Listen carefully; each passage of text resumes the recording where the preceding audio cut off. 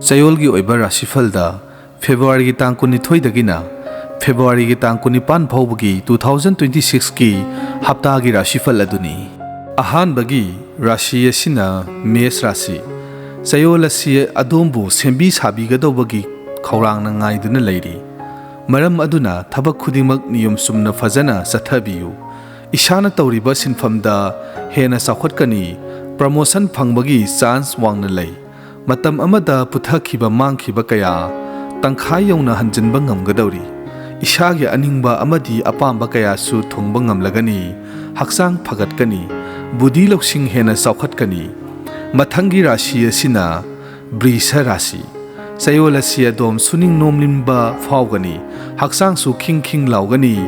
punsigi awangba phida phanggadawri thabak tawbada ishagi haisingba hengatkani lanthum phangani samasna adumbu hena ikai khumnagani tawriba khudingda mawong tagani sanaroi singsu mating laigani art ki lamda laiba singsu hena hainingba pokani adubu mi tinabada phattaba miyoi sing masak khangna tinabiyu mathangi rashi asina mithun rashi Chayol asi adom mina singthanaba honarakadawri adubu ishagi budi loksing amadi pukninggi arepa phirepna irai laina mayoknabadi ngamgani yungkai shaw haiba matang su oibana khudong saba si nanthok hanbiganu ishagi honajamalgi mahaisu matik chana fangani lanthum tansinba yaba matangni ishagi mingsasu hengatkani adubu ka hena nungai thokpati tawbiganu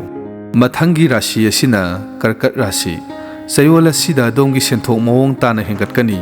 karbar tawba singda thoidokna mahi manai gi karbar tawba singna hena kanagani ishagi karbar hena pakthok sakthokani marup mapang singi masing hengatkani laitinga mari leinaba mafam singda satpa phangani ishana tawriba sinfam aduda haithoi singdoiba hengatkani miyamna dombu hena pamnagani mathangi rashi asina sing rashi Chayol asigi manungda adongi pukning wakhal setpa maramna aruba ware matam amagi manungda hekta lawba ngamgani thabak tawbada ithak thongba singa wa tanabiyu madugi kanaba mahi phangani sel thungi phibam phagatkani imban minariba nupa nupi anigi marishu hena phagatkani law inkhol amadi garina singba lepsinba amadi leiba ngamgani adubu adombu yengsinbadi masing khara yami mathangi rashi asina kaina rashi Chayol asi rashi asida pokpa sanaroi singdi magi hai singbadu mayek sengna uthokpa ngamgadawri ishagi budi loksing hanadagi hena sakhotkani thabak tawbada chaning tana tawba thabakna hena sunagani mahiroi singsu ishagi academic career sumna satpa ngamgani senthok lambi su wataba haibadu oigani adumapu langphai chatuna sel tanbagi thabakti tawbiganu mathangi rashi asina tula rashi Chayol asi adom wakhal maka lambana maram oiduna kusu kumen thokadaba matang ama oiri ishagi bodi loksingsu masek mangal thokani tawruba thabak ayambada sauna mai pakani sana khonabada mangjin thaba ngamgani miga sayeng pambong nganabada su adomna mai pakani sendal lambi su niyum sumna satkani langphai karbar tawbusingsu kanagani laibak yengbigi thabakta su mai pakani mathangi rashi asina brisak rashi Chayol asi ishagi pukning wakhal leitagani sel thum tanbagi lambi suk ka hena sothaba oiroi mahiroi singsu masagi mahi aduda pukning sangna honagani anauba karbar tawbige harabasu Chayol sigi hobi horo tawruba khudingda mai pakpagi phal chauna lei khutsa haibagi thabak sakhotkani law inkhol koibasu mai pakani adubu lamtu sathokpada kharadi cheksinbiyu mathangi rashi asina danu rashi Chayol asidi adongi sakhot khongthangi lamjen khara taptharap tawgadawri loinana ishagi pukning wakhal sarangnaba maramna aruba warep lawbada khara lurap tawgani aiba singi pukning wakhal ituk tukthaba matang amasu oiri chap chaba thabaksu kaya hauroi thabak tawbada su sarak sahin khara naigani adubu ishana tawriba karbar amadi thabak aduda sel tanbagi maramde adumak phai nupa nupi anigi marisu phagani mathangi rashi asina makar rashi Chayol asidi adom mi tina loinabada khara haisingbiyu